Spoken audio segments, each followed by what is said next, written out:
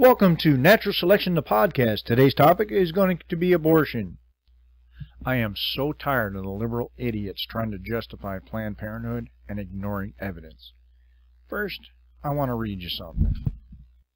Purchase of tissue. It shall be unlawful for any person to knowingly acquire, receive, or otherwise transfer any human fetal tissue for valuable consideration.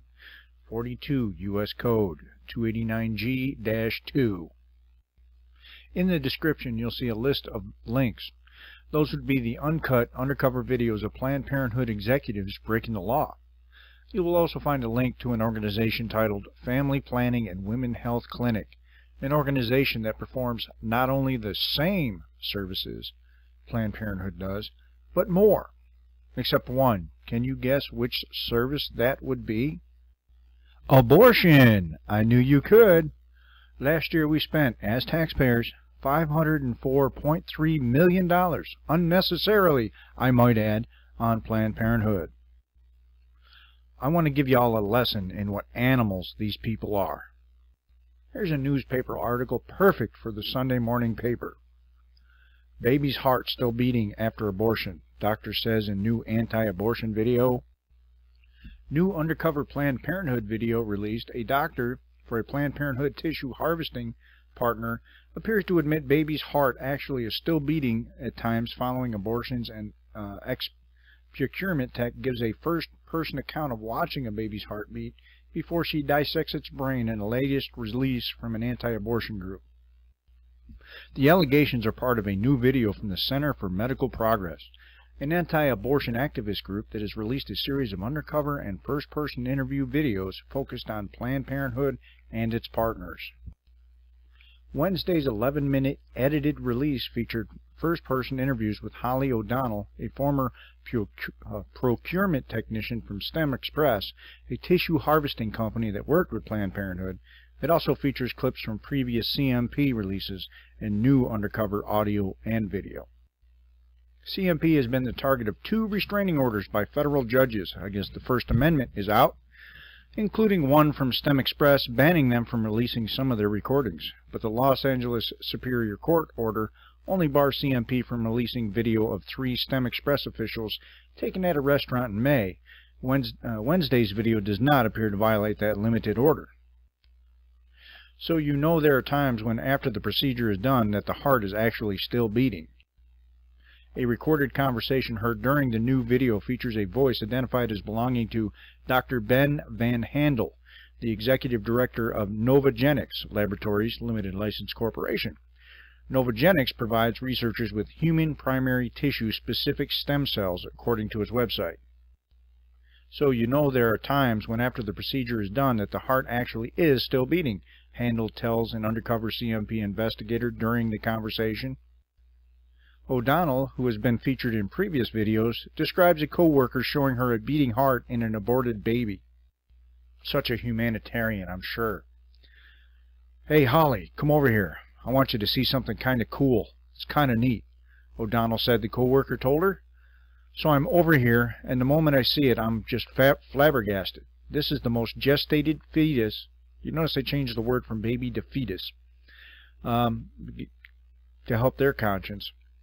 And the closest thing to a baby that I've seen. And she's like, okay, I want to show you something. And she has one of her instruments, and she just taps the heart, and it starts beating. And I'm sitting here, and I'm looking at this fetus, and its heart is beating, and I don't know what to think. Following the demonstration, O'Donnell said she and the co-worker cut the face of the baby open and dissected its brain. It had a face, O'Donnell said. It wasn't completely torn up, and its nose was very pronounced, and it had eyelids. Its mouth was pronounced. In one of the most disturbing portions of the video, CMP shows a clip of a baby seeming to move its arms and legs post-abortion.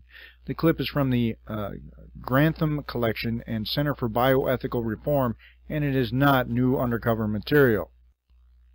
Previous videos have appeared to show Planned Parenthood officials admitting the organization alters abortion procedures to procure fetal tissue, delivers intact fetuses, and sells fetal tissue for profit. Each of those practices is against federal law. A video last week featured O'Donnell alleging that STEM Express sometimes did not obtain consent from mothers to use their fetal tissue, which would be a serious ethical breach if true. Planned Parenthood has denied breaking any laws and has said payment discussed in the videos relate to reimbursement costs for procuring the tissue, which is legal. These extremists show a total lack of compassion and dignity for women's most personal medical decisions. An August 4th statement from Planned Parenthood said, Human Capital Episode 3, Planned Parenthood's Custom Abortions for Superior Product, is the 7th release from CMP. The videos have brought investigations of Planned Parenthood's policies on aborted fetuses by 3 Republican-led congressional committees and 3 states. Investigators in Florida cited 4 Planned Parenthood clinics for violations earlier this month. The Senate failed to advance a Republican-led measure to halt federal aid to Planned Parenthood before its summer recess. But the issue of defunding Planned Parenthood has become a rallying cry for many groups on the right and is a top issue in the Republican primary battle. Exactly what is being done to obtain these intact bodies needs to be investigated. A statement released Wednesday from pro-life group Priests for Life said, Federal law prohibits abortion procedures that partially or fully deliver a living baby. Philadelphia abortionist Kermit Gosnell is serving life in prison because he aborted babies who were still alive when they came out of the mother's body. If Planned Parenthood is not fully investigated and prosecuted for these offenses, then we owe Gosnell an apology. Not procuring tissue from aborted fetuses.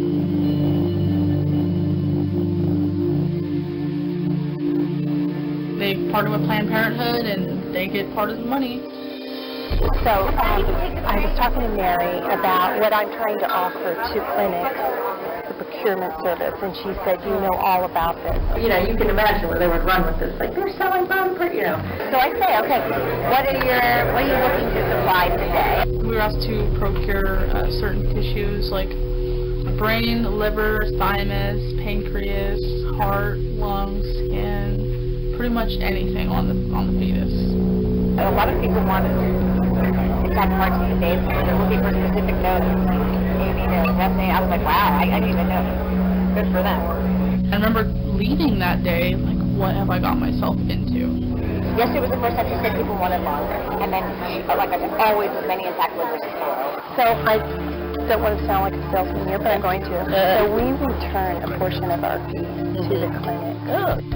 Yeah, and so if we alter our process and we are able to obtain intact fetal cadavers, it's all just a matter of line items.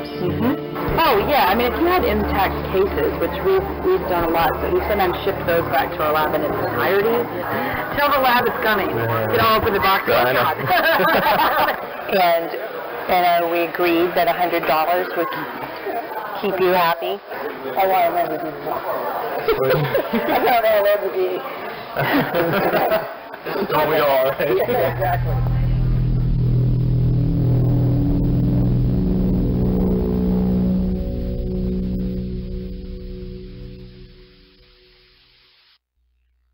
Now Planned Parenthood for years has maintained the lie that only 3% of their services are abortion. Liar! New York Post writer dismantles Planned Parenthood's 3% defense. Planned Parenthood, which I now not so affectionately refer to as Murder, Inc., and its supporters have been on a blitz as of late, doing their darndest to defend their baby-killing factories after a series of undercover videos revealed they were selling baby body parts. Since these videos were released, a movement has started demanding the government defund the organization and stop U.S. tax dollars from being used in their sick bid to make a buck off killing the unborn. Well, a writer from the New York Post crafted a brutal deconstruction of this myth, basically blowing this load of malarkey right out of the collective progressive sphincters of those who created it. From the New York Post, how much credit would we give someone for saying he only drives drunk 3% of the time? Or only cheats on business trips 3% of the time, or only hits his wife during 3% of domestic disputes? The 3% factoid is crafted to obscure the reality of Planned Parenthood's business. The group performs about 330,000 abortions a year, or roughly 30% of all abortions in the country. by its own accounting in its 2013-2014 annual report. It provides about as many abortions as Pap tests, 380,000. The group does more breast exams and provides more breast care service, 490,000, but not by that much. The 3% figure is derived by counting abortion as just another service, like much less consequential services. So abortion is considered a service no different than a pregnancy test, 1.1 million, even though a box with 2 pregnancy tests can be procured from the local drugstore for less than $10. By Planned Parenthood's math, a woman who gets an abortion but also a pregnancy test, an STD test, and some contraceptives has received 4 services, and only 25% of them are abortion. This is a little like performing an abortion and giving a woman an aspirin and saying only half of what you do is abortion. Such cracked reasoning can be used to obscure the purpose of any organization. The sponsors of the New York City Marathon could count each small cup of water they hand out, some 2 million cups, compared with 45,000 runners, and say they are mainly in the hydration business. Or Major League Baseball teams could say that they sell about 20 million hot dogs and play 2,430 games in a season, so baseball is only 0.012% of what they do. Supporters of Planned Parenthood want to use its health services as leverage to preserve its abortions, as if you can't get one without the other. Another big load of bull we often hear from the pro-abortion crowd is that by defunding Planned Parenthood, will prevent women from getting needed health care like breast cancer screenings and stuff. Guess what? The Center for Disease Control and Prevention provides these same screenings for free, all without killing babies and selling their hearts, livers, and kidneys. So tell me again, Planned Parenthood, why do we need you around? Abortion is a horrific crime against humanity, and when a society is willing to kill the unborn in order to benefit financially, we're sliding down a slippery slope of immorality right into utter destruction. We need to continue opposing this sick organization and demand action be taken by Congress to defund the group immediately. Then I perused the Planned Parenthood website. Their reverence for Margaret Sanger, the founder, such a humanitarian. Bullshit. She was a white supremacist, Marxist, and pretty much a horrible human being. Grab some popcorn and let me take you on a journey. First, let's look at the line of bullshit they're trying to push, shall we? Planned Parenthood dates its beginnings to 1916, when Sanger, her sister, and a friend opened America's first birth control clinic in Brooklyn, New York.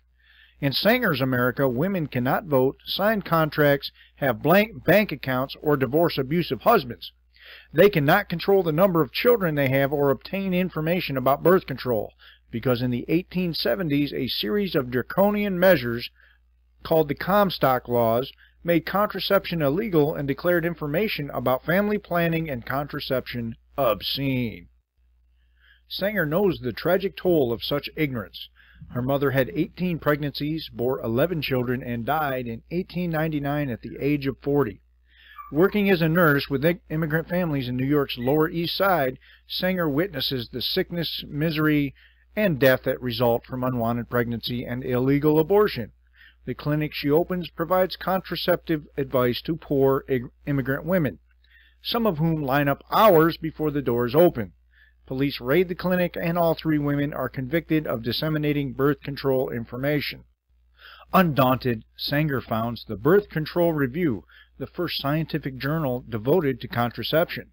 She also appeals her conviction, which leads to a new liberalized interpretation of New York's anti-contraception statute. In 1923, Sanger opens the Birth Control Clinical Research Bureau in Manhattan to provide contraceptive devices to women and collect accurate statistics to prove their safety and long-term effectiveness. The same year, Sanger incorporates the American Birth Control League, an ambitious new organization that embraces the global issue of world population growth, disarmament, and world famine. The 2 organizations subsequently merge and later become Planned Parenthood Federation of America. Wow! According to Planned Parenthood, she's the next Mother Teresa. Now let's see what history has to say about this humanitarian. In the wake of the recent and ongoing Planned Parenthood scandal regarding the harvesting and sale of baby hearts, livers, lungs, and other organs, late last week a group of black pastors requested that a bust of Margaret Sanger, the founder of Planned Parenthood, be removed from a temporary Smithsonian exhibit named, ironically, Struggle for Justice. The pastors are deeply offended at Sanger's inclusion in the program because of her direct ties to eugenics and overall disdain for African Americans. Until now, many Americans have trustingly assumed that Planned Parenthood is a benevolent healthcare provider, but after watching the horrific videos, complete with senior employees' casual disrespect for human life and dignity, the public is beginning to ask more probing questions about Planned Parenthood's founding, mission, and ongoing work. In doing so, they will likely learn very disturbing information about Sanger's view of black Americans and how that influenced the founding of Planned Parenthood of America, the nation's largest abortion provider. In 1921, Margaret Sanger founded the American Birth Control League, which in 1942 underwent a name change to become Planned Parenthood Federation of America. In addition to eugenics involvement, one founding director, Dr. Lothrop Stoddard, wrote a book, Rising Tide of Color Against White Supremacy. Perhaps the hardest fact to take in is that under Margaret Sanger's leadership, the organization created a program called the Negro Project, which involves strategically seeking to decrease the black population by convincing black community leaders to introduce birth control to their networks. About the project, Margaret Sanger was once quoted as saying, "We do not want the word to go out that we want to exterminate the Negro population, and the minister is the man who can straighten that idea out if it ever occurs to any of their more rebellious members." She also spoke at Ku Klux Klan meetings. Fast forwarding to 2015, sadly, today, black Americans are aborted at a highly disproportionate rate. Making up only 13% of the population, this group makes up a staggering 36% of the nation's abortions. In certain areas, such as New York City, a black baby is more likely to be aborted than carried to term. In other words, of the pastors, perhaps the gallery is unaware that Miss Sanger supported black eugenics, a racist attitude towards blacks and other minority babies, an elitist attitude toward those she regarded as the feeble-minded, speaking at rallies of Ku Klux Klan women, also the notorious Negro Project, which sought to limit, if not eliminate, black births, was her brainchild. Despite these well-documented facts of history, her bust sits proudly in your gallery as a hero of justice. As the undercover videos continue to be made public one after the other, it is likely that Americans will continue to discover many unseemly truths about Planned Parenthood's origins. On a Sunday dedicated to honoring motherhood, May 11, 2010, the Denver Post chose to celebrate everything glaringly responsible for preventing or terminating motherhood.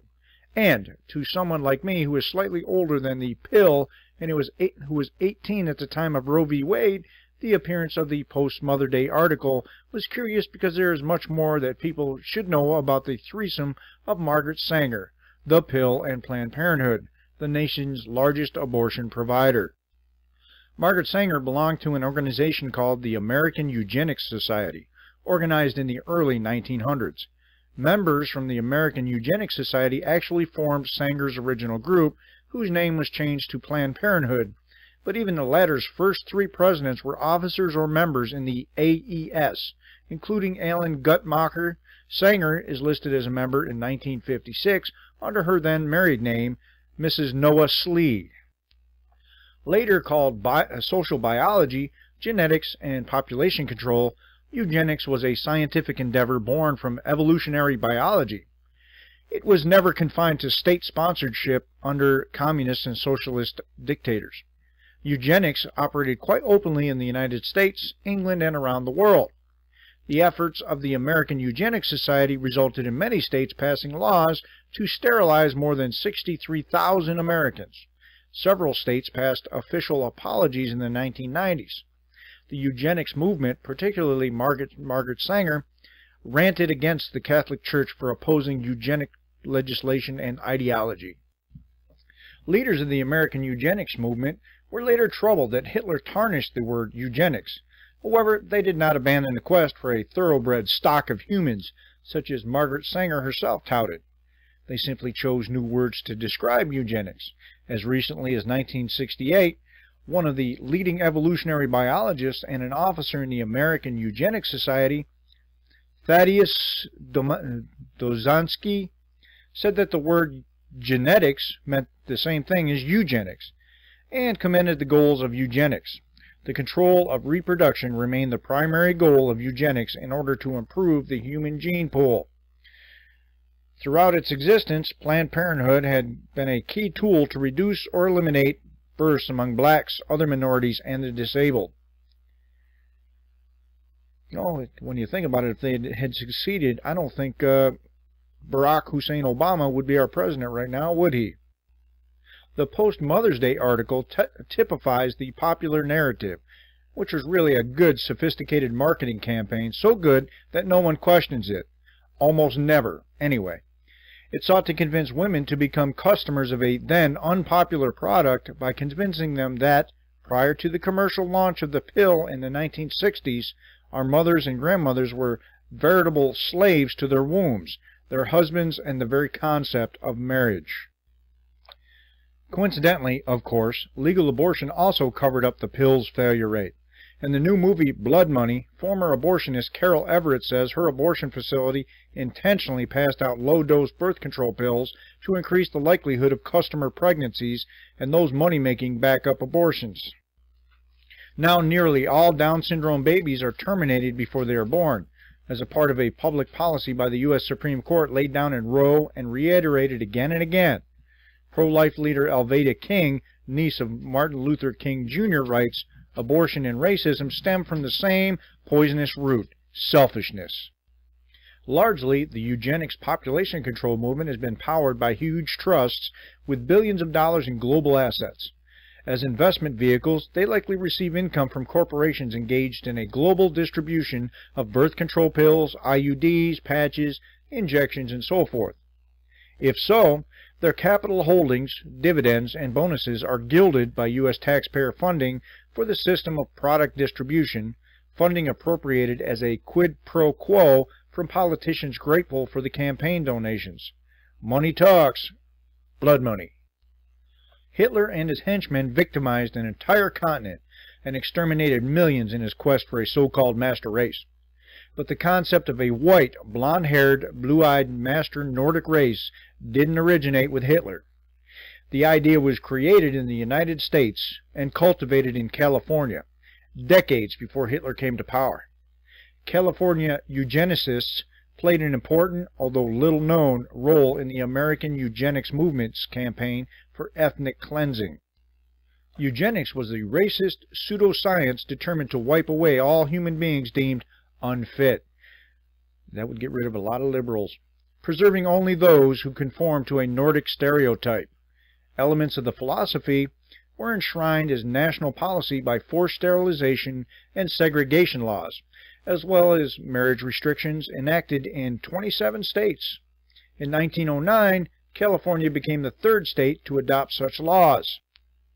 Ultimately, eugenics practitioners coercively sterilized more than 60,000 Americans, barred the marriage of thousands, forcibly segregated thousands in colonies, and persecuted untold numbers in ways we are just learning. Before World War II, nearly half of coercive sterilizations were done in California. And even after the war, the state accounted for a third of all such surgeries. California was considered an epicenter of the American eugenics movement. During the 20th century's first decades, California's eugenicists included potent but little-known rare scientists, such as Army venereal disease specialist Dr. Paul Popenoe, citrus magnate and Polytechnic benefactor Paul Gosney, Sacramento banker Charles M. Goethe, as well as members of the California State Board of Charities and Corrections and the University of California Board of Regents. Eugenics would have been so much bizarre parlor talk had it not been for extensive financing by corporate philanthropies, specifically the Carnegie Institution, the Rockefeller Foundation, and the Harriman Railroad fortune. They were all in league with some of America's most respected scientists hailing from such prestigious universities as Stanford, Yale, Harvard, and Princeton. These academics espoused race theory and race science. and then faked and twisted data to serve eugenics' racist aims. Stanford President David Starr Jordan originated the notion of race and blood in his 1902 racial epistle, Blood of a Nation, in which the university scholar declared that human qualities and conditions, such as talent and poverty, were passed through the blood.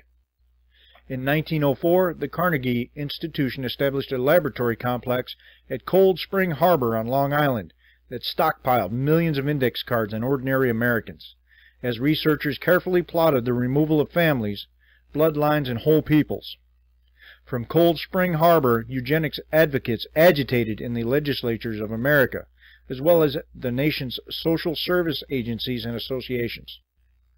The Harriman Railroad fortune paid local charities, such as the New York Bureau of Industries and Immigration, to seek out Jewish, Italian, and other immigrants in New York and other crowded cities and subject them to deportation, trumped-up confinement, or forced sterilization. The Rockefeller Foundation helped found the German eugenics program and even funded the program that Joseph Mengele worked on before he went to Auschwitz. Much of the spiritual guidance and political agitation for the American eugenics movement came from California's quasi-autonomous eugenics society, such as the Pasadena-based Human Betterment Foundation and the California branch of the American Eugenics Society, which coordinated much of their activity with the Eugenics Research Society in Long Island. These organizations, which function as part of a closely knit network, published racist eugenic newsletters and pseudo-scientific journals such as Eugenical News and Eugenics, and propagandized for the Nazis. Eugenics was born as a scientific curiosity in the Victorian age. In 1863, Sir Francis Galton, a cousin of Charles Darwin, theorized that if talented people only married other talented people, the result would be measurably better offspring. At the turn of the last century, Galton's ideas were imported into the United States, just as Gregory Mendel's principles of heredity were rediscovered. American eugenic advocates believed with religious fervor that these same Mendelian concepts determining the color and size of peas, corn, and cattle also govern the social and intellectual character of man.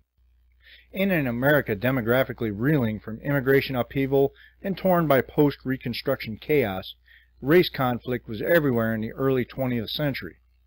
Elitist utopians and so-called progressives fused their smoldering race fears and class bias with their desire to make a better world. They reinvented Galton's eugenics into a repressive and racist ideology. The intent? Populate the earth with vastly more of their own socio-economic and biological kind, and less or none of everyone else. The superior species the eugenics movement sought was populated not merely by tall, strong, talented people. Eugenicists craved blonde, blue-eyed Nordic types. This group alone, they believed, was fit to inherit the earth.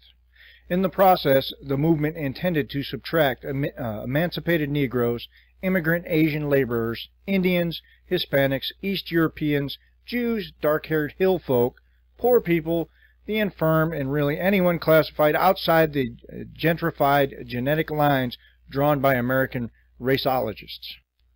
How? By identifying so-called defective family trees and subjecting them to lifelong segregation and sterilization programs to kill their bloodlines. The grand plan was to literally wipe away the reproductive capabilities of those deemed weak and inferior, the so-called unfit. The eugenicists hoped to neutralize the viability of 10% of the population at a sweep, until none were left except themselves. 18 solutions were explored in a Carnegie-supported 1911 preliminary report of the Committee of the Eugenics Section of the American Breeders Association to study and to report on the best practical means for cutting off the defective germ plasm in the human population. Point 8 was euthanasia.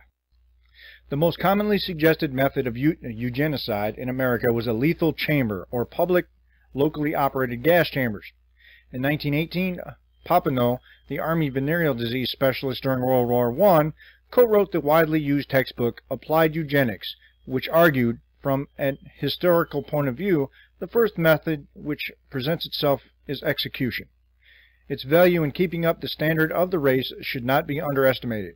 Applied Eugenics also devoted a chapter to lethal selection, which operated through the destruction of the individual by some adverse feature of the environment, such as excessive cold or bacteria, or by bodily deficiency. Eugenic breeders believed American society was not ready to implement an organized lethal solution, but many mental institutions and doctors practiced improvised medical lethality and passive euthanasia on their own. One institution in Lincoln, Illinois, fed its incoming patients milk from tubercular cows, believing a eugenically strong individual would be immune. 30 to 40% annual death rates resulted at Lincoln. Some doctors practiced passive eugenicide, one newborn infant at a time. Other doctors at mental institutions engaged in lethal neglect. Nonetheless, with eugenicide marginalized, the main solution for eugenicists was the rapid expansion of forced segregation and sterilization. As well as more marriage restrictions, California led the nation, performing nearly all sterilization procedures with little or no due process. In its first 25 years of eugenic legislation, California sterilized 9,782 individuals, mostly women. Many were classified as bad girls, diagnosed as passionate, oversexed, or sexually wayward. At Sonoma, some women were sterilized because of what was deemed an abnormally large clitoris or labia. In 1933 alone, at least 1,278 coercive sterilizations were performed, 700 of which were on women. The state's two leading sterilization mills in 1933 were Sonoma State Home, with 388 operations, and Patton State Hospital, with 363 operations. Other sterilization centers included Agnews, Mendocino, Napa, Norwalk, Stockton, and Pacific Colony State Hospitals. Even the United States Supreme Court endorsed aspects of eugenics. In its infamous 1927 decision, Supreme Court Justice Oliver Wendell Holmes wrote, "It is better for all the world if instead of waiting to execute degenerate offspring for crime or to let them starve for their imbecility, society can prevent those who are manifestly unfit from continuing their kind. 3 generations of imbeciles are enough." This decision opened the floodgates for thousands to be coercively sterilized or otherwise persecuted as subhuman. Years later, the Nazis at the Nuremberg trials quoted Holmes' words in their own defense. Only after eugenics became entrenched in the United States was the campaign transplanted into Germany, in no small measure through the efforts of California eugenicists, who published booklets idealizing sterilization and circulated them to German officials and scientists. Hitler studied American eugenics laws. He tried to legitimize his anti-Semitism by medicalizing it, and wrapping it in the more palatable pseudo-scientific facade of eugenics. Hitler was able to recruit more followers among reasonable Germans by claiming that science was on his side. While Hitler's race hatred sprung from his own mind, the intellectual outlines of the eugenics Hitler adopted in 1924 were made in America. During the 20s, Carnegie Institution eugenics scientists cultivated deep personal and professional relationships with Germany's fascist eugenicists. In Mein Kampf, published in 1924, Hitler quoted American eugenic ideology and openly displayed a thorough knowledge of American eugenics. "There is today one state," wrote Hitler, "in which at least weak beginnings toward a better conception of immigration are noticeable. Of course, it is not our model German Republic, but the United States." Hitler proudly told his comrades just how closely he followed the progress of the American eugenics movement. "I have studied with great interest," he told a fellow Nazi, "the laws of several American states concerning prevention of reproduction by people whose progeny would, in all probability, be of no value or be injurious to the racial stock." Hitler even wrote a fan letter to American eugenic leader Madison Grant, calling his race-based eugenics book, "The Passing of the Great Race," his Bible. Hitler's struggle for a superior race would be a mad crusade for a master race. Now the American term Nordic was freely exchanged with Germanic or Aryan. Race science, racial purity, and racial dominance became the driving force behind Hitler's Nazism. Nazi eugenics would ultimately dictate who would be persecuted in a Reich-dominated Europe, how people would live, and how they would die. Nazi doctors would become the unseen generals in Hitler's war against the Jews and other Europeans deemed inferior. Doctors would create the science, devise the eugenic formulas, and even hand-select the victims for sterilization, euthanasia, and mass extermination. During the Reich's early years, eugenicists across America welcomed Hitler's plan as the logical fulfillment of their own decades of research and effort. California eugenicists republished Nazi propaganda for American consumption. They also arranged for Nazi scientific exhibits, such as an August 1934 display at the LA County Museum for the annual meeting of the American Public Health Association. In 1934, as Germany's sterilizations were accelerating beyond 5,000 per month, the California eugenics leader C.M. Goethe, upon returning from Germany, bragged to a key colleague, "You will be interested to know that your work has played a powerful part in shaping the opinions of the group of intellectuals who are behind Hitler in his epoch-making program. Everywhere I sense that their opinions have been tremendously stimulated by American thought. I want you, my dear friend, to carry this thought with you for the rest of your life, that you have really jolted into action a great government of 60 million people." I would like to think after everything that happened, this scientist decided to start a shotgun. Another in the Kaiser Wilhelm Institute's eugenic complex of institutions was the Institute for Brain Research. Since 1915, it had operated out of a single room. Everything changed when Rockefeller money arrived in 1929. A grant of $317,000 allowed the Institute to construct a major building and take center stage in German race biology. The Institute received additional grants from the Rockefeller Foundation during the next several years, leading the Institute once again as Hitler's medical henchman, Ernst Rudin. Rudin's organization became a prime director and recipient of the murderous experimentation and research conducted on Jews, Gypsies, and others. Beginning in 1940, thousands of Germans taken from old age homes, mental institutions, and other custodial facilities were systematically gassed. Between 50,000 and 100,000 were eventually killed. Leon Whitney, Executive Secretary of the American Eugenics Society, declared of Nazism, "While we were pussyfooting around, the Germans were calling a spade a spade." A special recipient of Rockefeller funding was the Kaiser Wilhelm Institute for Anthropology, Human Heredity and Eugenics in Berlin. For decades, American eugenicists had craved twins to advance their research into heredity. The Institute was now prepared to undertake such research on an unprecedented level. On May 13, 1932, the Rockefeller Foundation in New York dispatched a radiogram to its Paris office. June meeting Executive Committee, $9,000 over 3-year period to KWG Institute, Anthropology, for research on twins and effects on later generations of substance toxic for germ plasm. If I don't pronounce this Nazi's name correctly, I don't care. He's a fucking Nazi. At the time of Rockefeller's endowment, Ottmar Frère von Verschuer, a hero in American eugenics circles, functioned as the head of the Institute for Anthropology, Human Heredity, and Eugenics. Rockefeller funding of that institute continued both directly and through other research conduits during Verschuer's early tenure. In 1935, Verschuer left the institute to form a rival eugenics facility in Frankfurt that was much heralded in the American eugenic press. Research on twins in the Third Reich exploded, backed up by government decrees. Verschuer wrote in Der Erbat, I think I've mispronounced that too, I don't care, it's a Nazi publication, a eugenic doctor's journal he edited, that Germany's war would yield a total solution to the Jewish problem. Too bad we couldn't come up with a total solution to the Nazi problem. Verschuer had a long-time assistant. His name was Joseph Mengele. On May 30th, 1943, Mengele arrived at Auschwitz. Verschuer notified the German Research Society, "My assistant, Dr. Joseph Mengele, joined me in this branch of research. He is presently employed as captain and camp physician in the Auschwitz concentration camp. Anthropological testing of the most diverse racial groups in the concentration camp is being carried out with permission of the SS. Reichsfuhrer Himmler." Mengele began searching the boxcar arrivals for twins.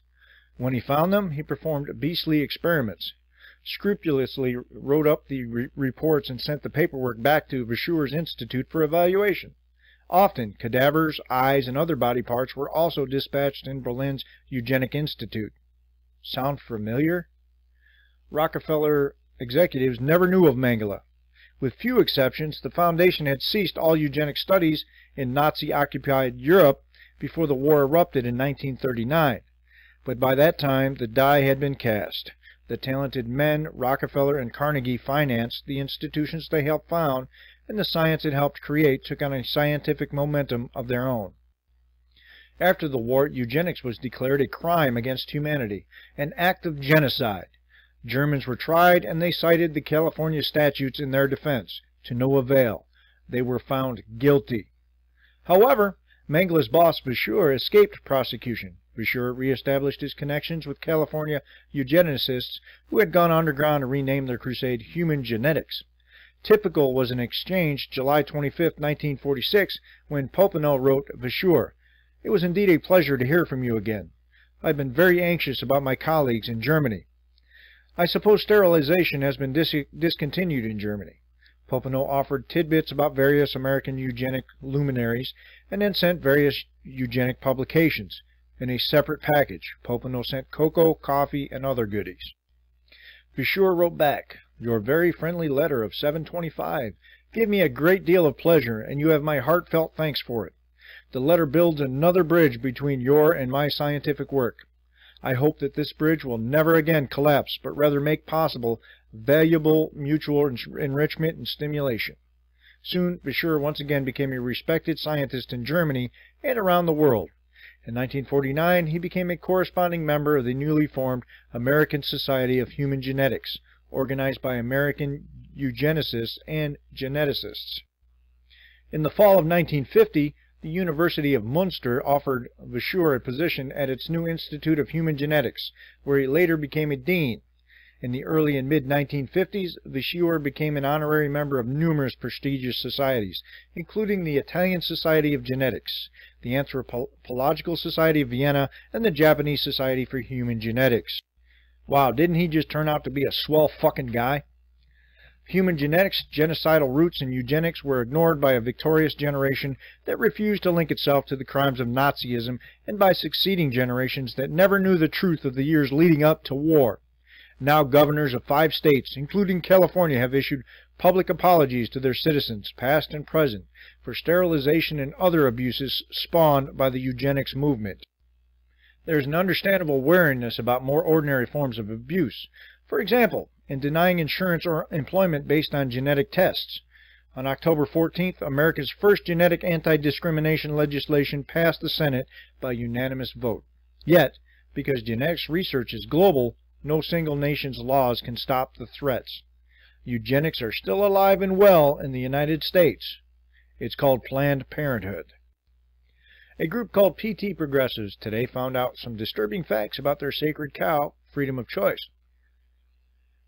Democrats' freedom of choice abortion movement was stolen from the Nazis. PT Progressives today at Progs Today. This is a Twitter post. Yikes! The moment you learn the term freedom of choice as it relates to abortion was coined by Nazis. That was posted at 4:39 p.m., 12 August 2015. When the Nazis entered Poland, a Roman Catholic country, in 1939 abortion for any reason was illegal. The use of contraceptives was also illegal in Poland because the Roman Catholic Church was opposed to abortion and the contraception as well. The Nazis conquered half the country, the other half went to the Russians. And they immediately did away with anti-abortion laws. Hitler wanted to limit and reduce all non-Aryan populations. In late 1939, a decree was issued encouraging Polish women to seek abortions. The campaign was called Auswahlfreiheit, freedom of choice. Hitler himself promoted abortions for non-native women. Hitler himself said, "They may use contraceptives or practice abortion, the more the better. In view of the large families of the native population, it can only suit us if girls and women there had many abortions as possible. Active trade in contraceptives ought to be actually encouraged in the Eastern Territories, as we could not possibly have the slightest interest in increasing the non-Germanic population." You can find this quote in The Harvest of Hate, 1954, paragraph 20, page and paragraph 273-4. $504.3 million. That's what we spend every year to an organization committing genocide. Legal genocide. For this I give a warning. The next liberal who refers to me as a baby killer because I served in the military, in combat, having never killed a child myself, I will beat you until you stop moving. If you want to be a Nazi, be a Nazi. You don't need my tax money to do it.